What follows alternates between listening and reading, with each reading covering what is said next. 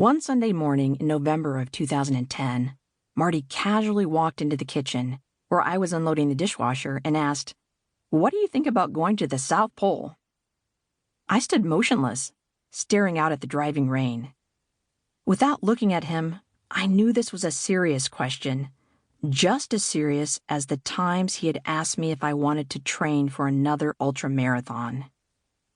For most other families here in the foothills of the Cascade Mountains outside Seattle, going to the South Pole would be an armchair adventure accomplished only by reading a book. I didn't know where to begin to answer his question. Panic rising, I turned and looked into Marty's soft blue eyes, and in a forced, calm voice said, "I'm not sure, I'll have to think about it." I bent over, grabbed a clean plate, and placed it in the cabinet. "Okay," said Marty, raising his eyebrows. "Lately, the idea keeps popping into my head, and I'd like to chat about it sometime soon." As Marty strolled back into the family room, my brain flooded with questions. Did he just say the South Pole? Isn't that in Antarctica? Isn't it really cold there? That's the pole at the bottom of the Earth, right? How in the world do you get there? Can we afford it? How will we be able to take enough time off from work? What about Keenan?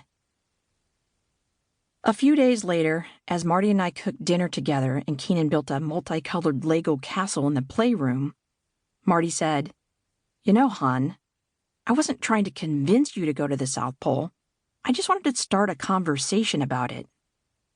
"Why are you so interested in the South Pole?" I said, with a tense grip around the spatula.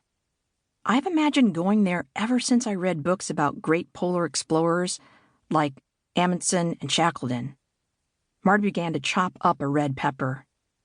"When I was just getting into mountaineering, I thought you had to possess supernatural physical powers to be a polar explorer, but we've climbed in harsh conditions and run for 24 hours straight in ultramarathons."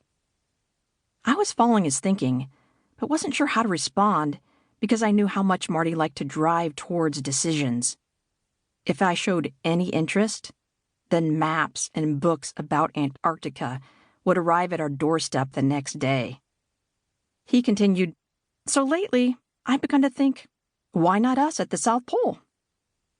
You know I'm all for big adventures, but honestly, I'm not sure what I think, especially given Keenan is only 10 years old."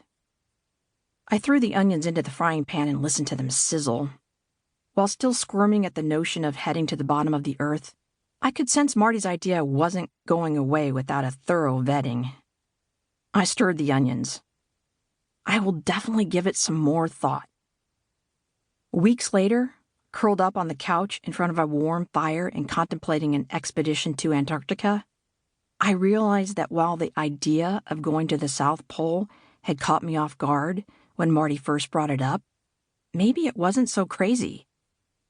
Marty and I met while on separate self-guided climbing expeditions to Denali in remote Alaska. We honeymooned in Zimbabwe by canoeing down the hippo-laden Zambezi River. We biked through remote Tanzania with 7-year-old Keenan in tow. And we had run tens of thousands of miles through rugged mountain terrain for over a decade. The irresistible attraction of human-powered adventures in wild places set our hearts aflutter. Throw in a tough physical challenge, and we might explode with excitement.